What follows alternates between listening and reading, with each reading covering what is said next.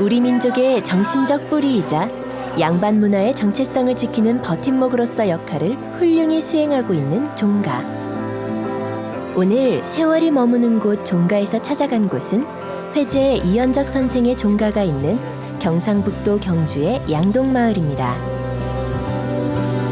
우리나라 성리학의 이론 체계를 확립한 성리학의 대가, 회제 이연적 선생의 후손들이 말하는 종가의 의미와 종손의 삶은 어떤 모습일까요? 멋지다. 멋진 이야기가 숨어있는 여강이 씨 종가 속으로 지금 들어가 봅니다.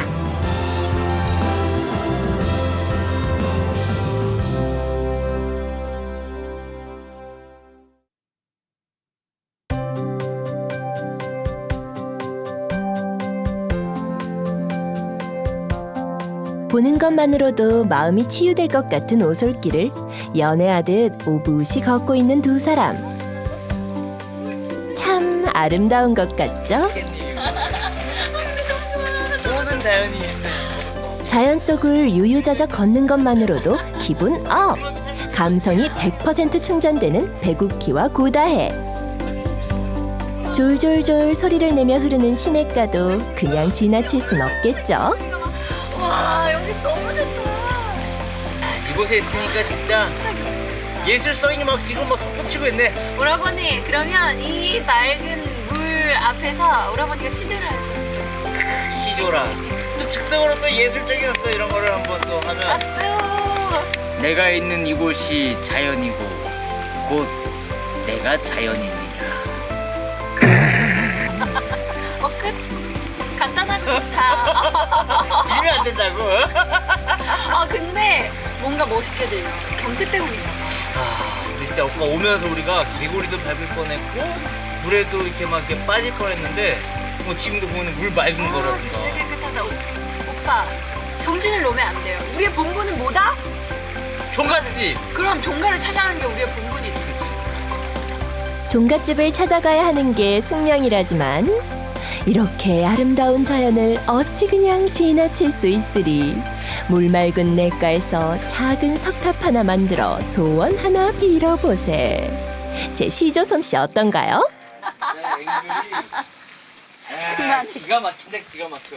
오라버니, 입 좀 담으세요. 팔이 들어가요. 아니 오늘 우리가 온 데가 무슨 여기 사극 세트장 아닌가? 사극 세트장? 너무 멋있죠? 드라마에 나오는 듯한.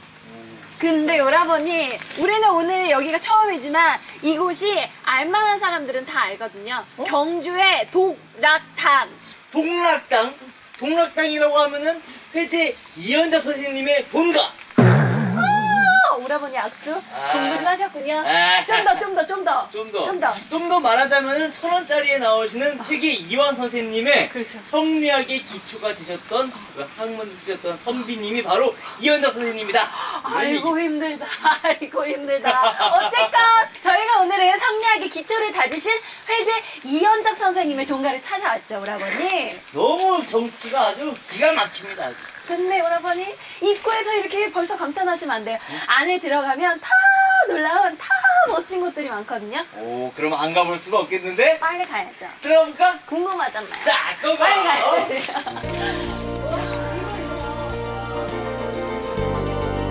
회제 이연적 선생의 종가가 있는 경북 경주의 양동마을은 500여 년을 이어온 시종마을로서 2010년 유네스코 세계문화유산에 등록될 만큼 전통을 그대로 간직한 곳입니다. 안녕하세요.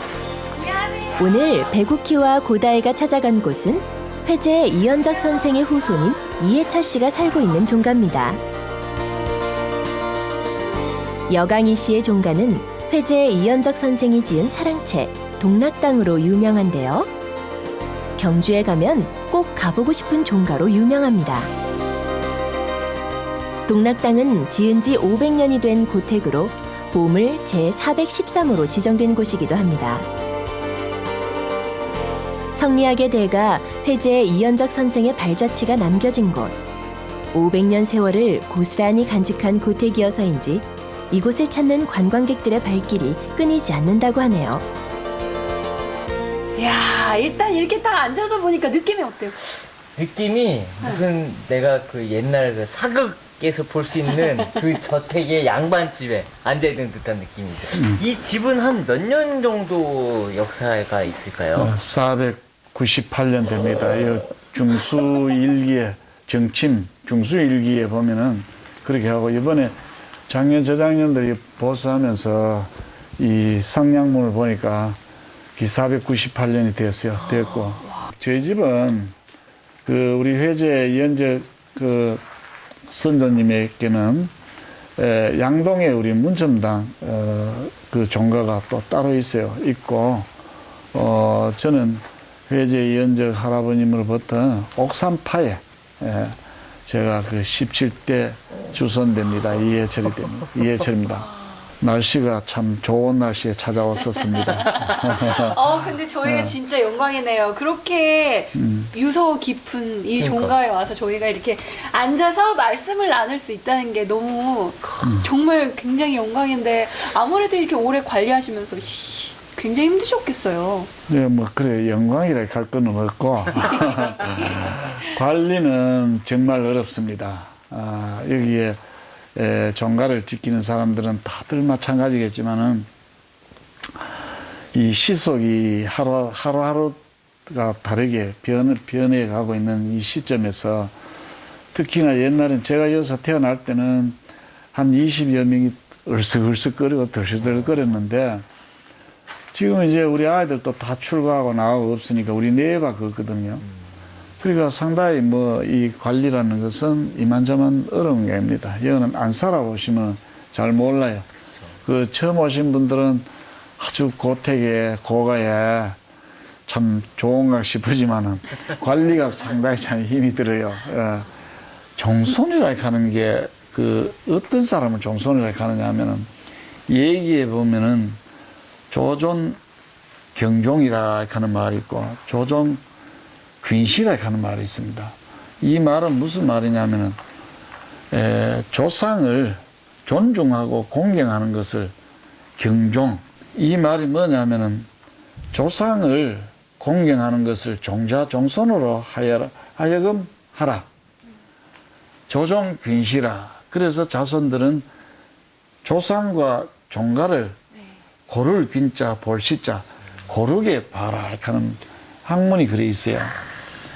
그 학문에 비춰서 이제 이 할아버지들의 그 참 말씀들을 그 지켜가는 것이 이제 종손의 도리라고 이렇게 보는데 우리 시속에 비유했을 때는 많이 떨어진다고 이렇게 볼 수 있지. 그러나 사람이 사는 가치를 봤을 때는 그것도 괜찮지 않겠나. 저는 그렇게 봐요. 조상을 공경하는 것, 그리고 500년 된 고택을 흠나지 않게 관리하는 것이 종손과 종부의 숙명.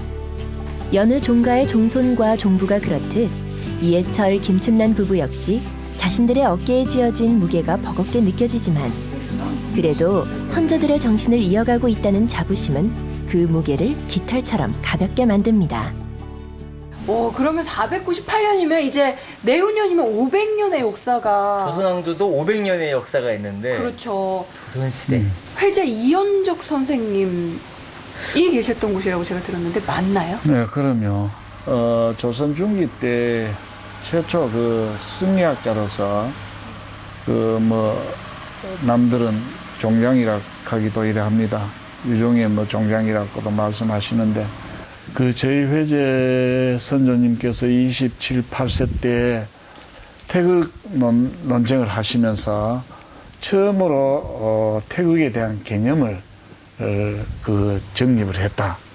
그러니까 태극에 대한 어떤 그 무극이 태극, 이 학문에 대해가 자칫 잘못하면 이단으로 흘러갈 것을 바로 잡았었다는 거죠. 일단은 역사가 뭐 거의 500년이 될 만큼 그렇게 기니까 네. 그 윗대에서도 참 지키시는데 어려움이 많이 있으셨겠어요. 아, 그렇죠. 원래 우리가 전통을 사수한다는 것은, 지킨다는 것은 정말 어렵습니다. 거기에 어떤 자기의 어떤 희생이 없으면 참 지키기 어려워요. 그 조선 총독부에서 이 어석하게 삼국 사기가 있다는 것을 아시고 그래 내려왔었어요. 그 조선 총독부에 오신 분들을 다 극진하게 대접을 해요.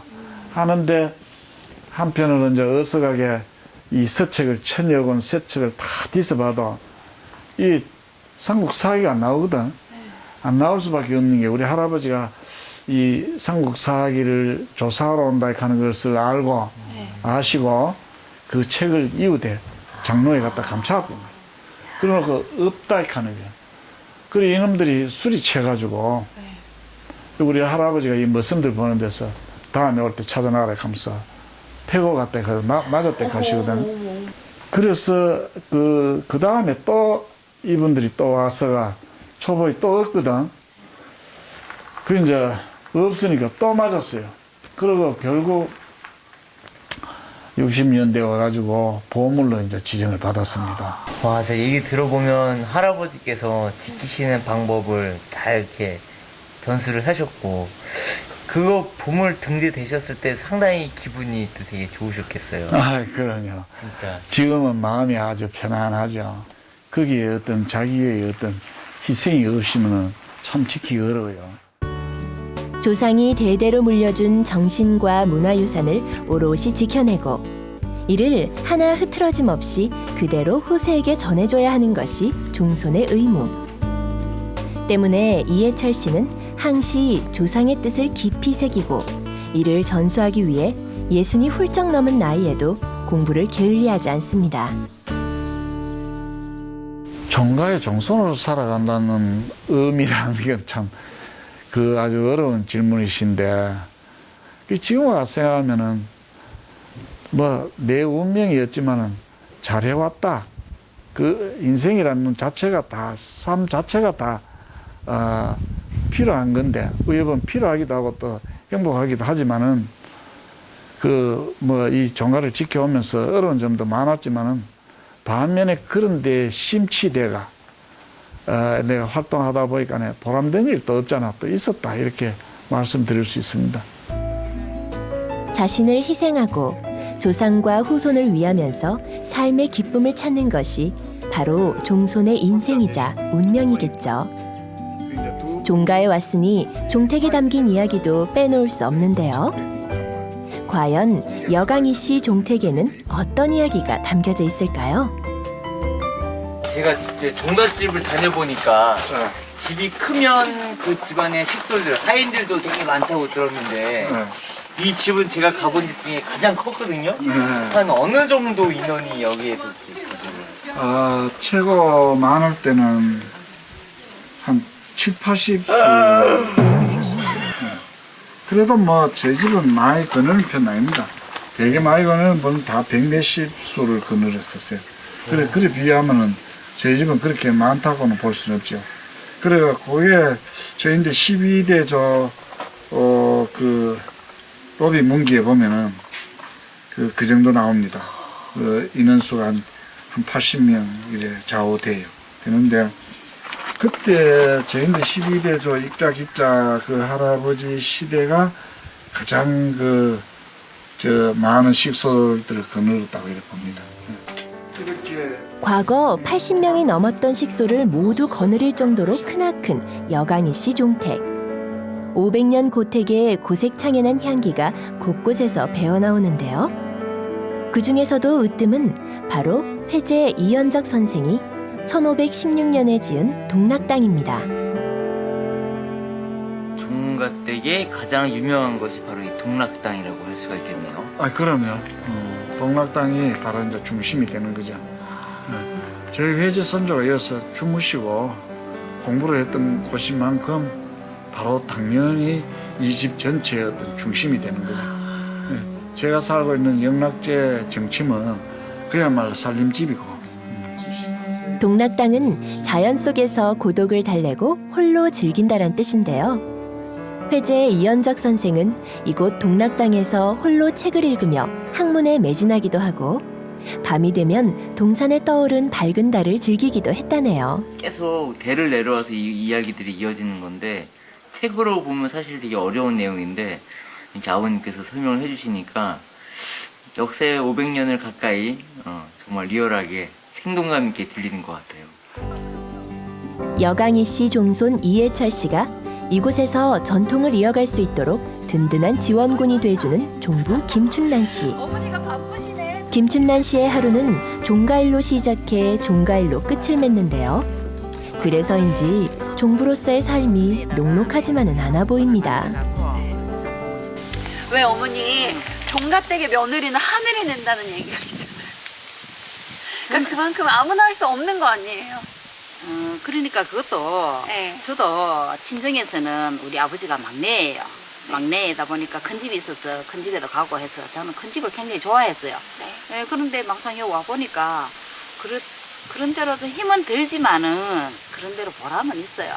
재미있고. 아, 어머니 또 이 종갓집 하면은 제사를 빼놓고 얘기할 수가 없잖아요. 네, 제사가 1년에 한 몇 번 정도 있으세요? 1년에 사례 봉사하면은 네. 기본이 8번이잖아요. 8번인데 우리는 증조 할머니가 한 분이 더 계세요. 네. 그래서 9번이죠. 네. 그 다음에 이제 추석 명절, 네. 묘사 있고 하면 12번 되나?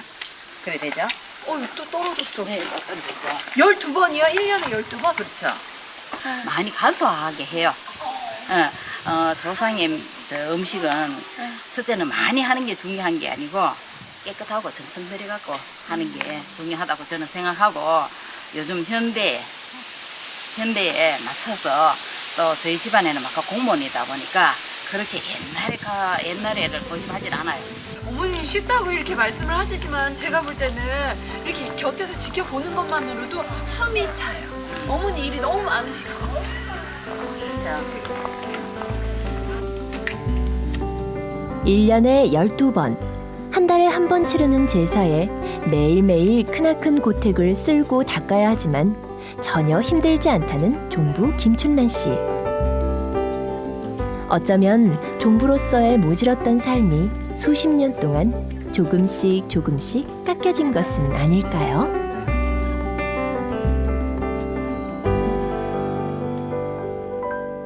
야, 여기가 드디어 제가 제일 와보고 싶었던 동락당인데요. 네. 저는 이 아버님 느낌이 마치 산이 이렇게 안아주고 있는 것 같아요. 이 동락당을.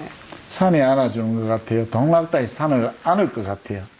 동락당이 아닐 것 네. 같습니다. 저는 안겨있는 느낌이에요. 그렇지. 이 동락당은 저희 회제 선조님의 바로 이 방에서 거처를 했었고 또 여기서 공부를 하시고 했던 곳이고 또 회제 선생님 아들 우리 전자 hin자 휘자가 전자 hin자입니다. 네. 호가 잠계라케요. 네. 잠계 선조님께서도 바로 이곳에서 이제 회제 선조님에게 아버지에게 글을 배우시고 그렇게 했던 유서 깊은 곳입니다. 저희 가문에는. 이 동락당에서 이 선생님께서 하셨던 학문이 어떠한 것이 좀 주로 있으셨는지 자세히 좀 듣고 싶어서. 이 동락당에서는 30세에 입잠을 이래 지었었는데 그 내용을 짧게 이래 보면은 왜 회제 선조께서 바로 이제 입잠과 연결하면은 바로 설명이 되겠지만은 왜 벼슬을 그만두시고 저 양동에 어머니가 계신 곳으로 안 가시고 왜 이 동락당에 오셨느냐. 그래서 현실적인 측면에서 우리가 이래 한번 생각해 보면은 첫째 벼슬을 그만두고 그래 내려오시다 보니까 그 41세 때 이제 불혹의 연세에 내려오시다 보니까 어머니께 상당히 죄송했을 거라 이거지. 그 어머니의 그 기대에 부응하지 못했을 그런 죄송스러운 마음도 가졌을 거고. 그래서 혹자 되신 학자분들은 근래 근대 학자분들은 뭐 은거 생활하고 이렇게 표현하는데 저는 뭐 은거라고는 왜냐하면 양동이어서 뭐 지쳐 불과 한 10분 거리밖에 안 되는데 물론 말 타고 옛날에 다니시면 좀 시간은 걸렸을지도 모르겠지만 그렇게 먼 거리는 아니거든요. 그래 봤을 때 은둔 생활이라고는 저는 그렇게는 안 봅니다. 해제 선조께서는 30세의 그 입장을 실천하기 위해서 오직 학문에만 전진하는 곳이기 때문에 이 동락당은 바로 회제가 학문을 즐겼던 곳이다 이렇게 됩니다. 제가 이렇게 이야기를 듣다 보니까 처음에는 이렇게 짧고 얇은 지식으로 제가 이렇게, 이렇게 여쭤봤는데 이렇게 인터넷보다 그리고 책보다 가장 사실 오늘 배울 수 있었던 건 살아있는 말. 살아있는 아버님의 감정과 이야기들을 너무 듣게 돼서 조금이나마 제가 좀 공부를 한 느낌을 오늘 얻어갑니다. 아, 그래요. 조상을 숙모를 하면은 자연적으로 알게 되어 있습니다. 오늘은 잘 배우고 있습니다. 예, 고맙습니다. 학식의 깊이에 저희가 고개를 종손 이해철 씨는 마음이 어지러울 때마다 이곳 동락당을 찾는다는데요. 아마 500년 전 회제의 이현적 선생이 그러했듯 이곳에서 홀로 고독을 느끼며 자신을 되돌아볼 수 있기 때문 아닐까요? 그래서인지 우리나라의 대표적인 시인인 조지훈과 박목월은 젊은 날 이곳에서 며칠씩 묵으며 시심을 키웠다고도 하네요. 단순히 그냥 오래된 건축물, 아무것도 모르고 아버님의 설명을 듣지 않았으면 그냥 이렇게 봤을 때 아 진짜 그냥 오래된 건축물이구나라는 사실만 그냥 알고 갔을 것 같은데 아버님의 그런 살아있는 설명을 들으니까 아 그 회제 이현적 선생님께서 여기서 어떤 생각으로 머무셨고 이 장소가 동락당이라는 이 장소가 어떤 곳인지에 대해서 되게 많이 알게 돼서 너무 좋았고요. 그리고 이현적 선생님은 아마 그 동락당에서 이 산세와 냇물과 이 자연과 대화를 나누셨던 건 아닐까요? 여강희 씨 종가의 음식은 회제의 이현적 선생의 영향으로 음식에서도 자연의 친화력을 중시하는데요. 특히 종부가 직접 만든 가양주는 자연에서 얻은 재료들이 가득 들어있어 그 맛이 일품이라고 하네요. 아 어머니 근데 이게 맛도 맛이고 향기도 향기고 다른 데서 본 적이 없는 술이에요. 그렇죠. 예. 어떻게 해서 이 술을 빚게 되신 거예요? 저는 이 시집을 오면서 어른들이 안 계셨어요. 다 돌아가시고 안 계시다 보니까 집안에 할머니 한 분이 작은 집에 할머니 한 분이 이 육아하고 이 술을 참 잘 전문을 하셨어요. 네, 지금은 돌아가시고 안 계시지만은 그 할머니가 다른 거는 못해도 종부가 되면은 술을 꼭 배워야 된다. 그래서 그때부터 배웠어요. 그래서 제가 결혼한 지가 34년이 됐는데 1년에 3-4번은 꼭 담습니다. 제사 때고 추석이고 명절에 그런 묘사 때 항상 술을 담습니다. 이 술을 담그실 때 우리 어머니만의 비법 뭐가 있을까요? 그 비법을 또 가르쳐 주면 안 되지. 비법을 알려준다고 우리가 한 가지만. 이 맛이 너무 좋아요. 그래도 그 저만 마시면 너무 그치? 중심적으로 정성이 정성. 들어가야지. 주 재료 딱 한 가지만요. 왜냐면 저희가 맛을 봤는데 도저히 어떤 재료가 들어가는지 이게 도저히 가늠이 가늠이 안 잘 되기 안 때문에 한약 재료로 조금 넣습니다. 한약 재료. 네. 참 술 맛도 이렇게나 좋은데 우리 어머니께서 또 하시는 이 종가의 음식은 또 얼마나 맛있을까? 어떤 종류가 있을까? 이런 게 또 궁금한데요. 저희는 이제 종가다 보니까 제사가 많잖아요. 그렇죠. 예, 제사가 많다 보니까 제사 때는 항상 탕을 해야 되거든. 탕국. 탕국. 음. 탕국도 종류가 되게 많잖아요. 그렇죠. 그래서 우리는 여기 바닷가도 가깝고 하니까 해물을 하고 해서 삼탕도 하고 오탕도 하고 그래 탕을 좀 합니다. 어머니 그럼 3탕, 5탕이면 3가지가 들어가서 그렇지. 3가지 들어가면 삼탕, 5가지가 들어가면 오탕. 집에서 빚는 가양주이지만 종부의 삶이 녹아있는 술. 성리학의 대가로 추앙받았지만 항상 자신을 낮추고 겸손하고자 했던 회제의 이현적 선생. 그 뜻을 500년이 지난 지금도 이어가고 있는 여강희 씨 종손 이해철 씨와 종부 김춘란 씨. 삶 자체가 종가 지킴이가 돼버렸지만 그들은 말합니다. 이보다 더 좋을 순 없다고요. 처음에는 와서 굉장히 힘들었는데 우리 시고모님이 굉장히 자상하시고 좋으세요. 그래서 결혼해서 어른들은 안 계셨거든요. 그러다 보니까 시고모님인데 음식을 좀 많이 배웠어요. 간장이란가 된장, 고추장 담는 거. 그래서 우리 집안에 또 할머니 한 분이 육아하고 술을 굉장히 잘 담으신 할머니가 계셨어요, 집안에. 그래서 그 할머니가 종부가 되면은 육아하고 술은 꼭 담아야 된다. 그걸 배워야 된다 해서 그때부터 결혼한 그 해부터 이제 가르쳐 주시더라고요. 그래서 이제 처음에는 자신감 있게 했죠. 했는데 잘 될 때도 있고 실패할 때도 있었거든요. 근데 이 종가에 와서 힘든 점도 있고 있지만은 그래도 보람이 있어요. 예, 보람 있게 생활하고 있습니다. 500년 된 집에서. 그런가? 감사합니다.